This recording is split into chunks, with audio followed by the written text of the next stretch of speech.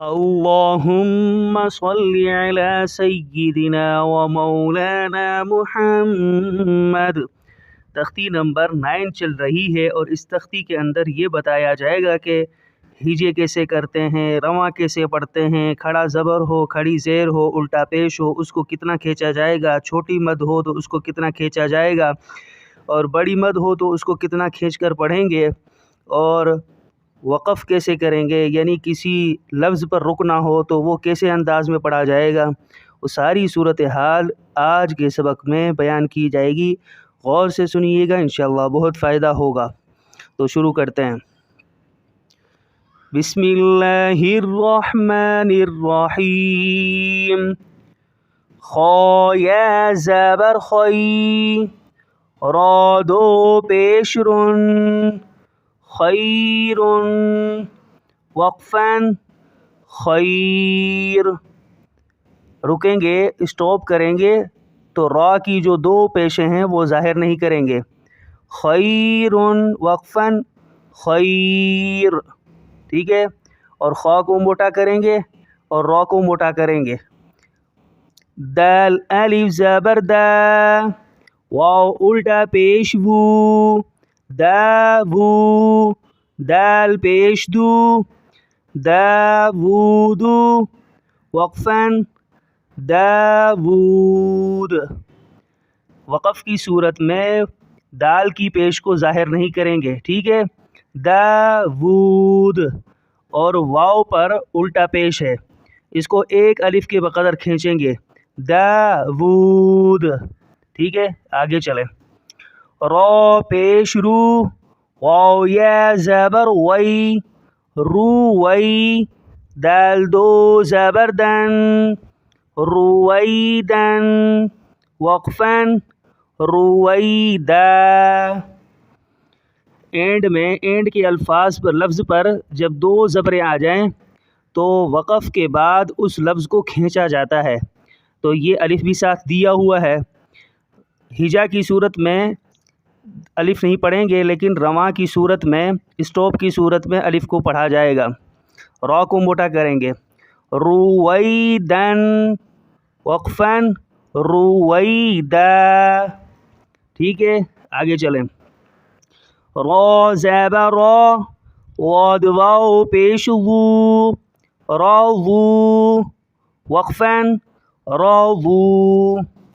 And میں جب جزم آ جائے، اسے جزم کہا جاتا ہے، یہ والی جو چیز ہے نا واو کے اوپر، یہ جزم ہے۔ اینڈ میں جزم آ جائے یا کھڑا زبر آ جائے تو جیسا ہجا کے وقت پڑھا جا رہا ہے، رواں کے وقت بھی ایسا ہی پڑھا جائے گا، یعنی اسٹاپ کی صورت میں بھی ایسا ہی پڑھا جائے گا۔ را کو موٹا کریں گے، واد کو موٹا کریں گے، راوو، وقفاً راوو۔ دونوں صورتوں میں ایک ہی طریقے سے پڑھا جائے گا، یہ الف چھوڑ دیں گے۔ را زیر ری، جیم الف زبر جا، ریجا، لام دو پیش لن، ریجالن، وقفاً ریجال، ٹھیک ہے، دو پیشوں کو ظاہر نہیں کریں گے، ریجال۔ میم کھڑا زبر ما، لام زیر لی، مالی، کاف زیر کی، مالکی، وقفاً مالک، مالک۔ میم کو ایک الف کے بقدر کھینچیں گے کیونکہ اس پر کھڑا زبر ہے، اور کاف کی زیر کو ظاہر نہیں کریں گے، مالک۔ شین یا زبر شی، حمزہ دو زیر ان، شی ان، وقفاً شیء۔ حمزہ کی دونوں زیروں کو ظاہر نہیں کریں گے اسٹاپ کی صورت میں، وقف کی صورت میں، شیء، ٹھیک ہے۔ طا زبر طا، غین کھڑا زبر غا، طاغا، وقفاً طاغا۔ یہ یا جو کھڑا ہوا ہے یہ نہیں پڑھا جائے گا، کھڑا زبر غین کے ساتھ پڑھا جائے گا بس۔ جیسے میں نے پہلے بتایا تھا، اینڈ میں کھڑا زبر آ جائے یا جزم آ جائے تو جیسے رواں میں پڑھا جا رہا ہے اور وقف کی صورت میں ایسے ہی پڑھا جائے گا۔ الگ نہیں ہوگا. یہ پہلے تھا طغى اور وقف کے بعد طغى، دونوں صورتوں میں ایک ہی پڑھا جائے گا. تو زبر تو، غین واو زبر غو، طغوا، وقفاً طغوا. میں نے بتایا تھا کہ اینڈ میں جزم آ جائے تو جیسے انداز میں رواں میں پڑھا جا رہا ہے وقف کی صورت میں بھی ایسے ہی پڑھا جائے گا. تو کو موٹا کریں گے، غین کو موٹا کریں گے، الف کو چھوڑ دیں گے. طغوا وقفاً طغوا.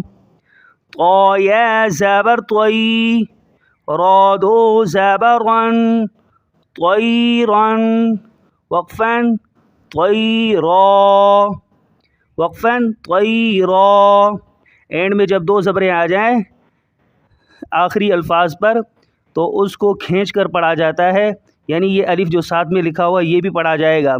پہلے نہیں پڑھا جا رہا تھا ہجا کی صورت میں. طیرن وقفاً طیرا. آج کا سبق یہ 2 لائنیں ہیں، اچھے انداز میں یاد کیجئے گا.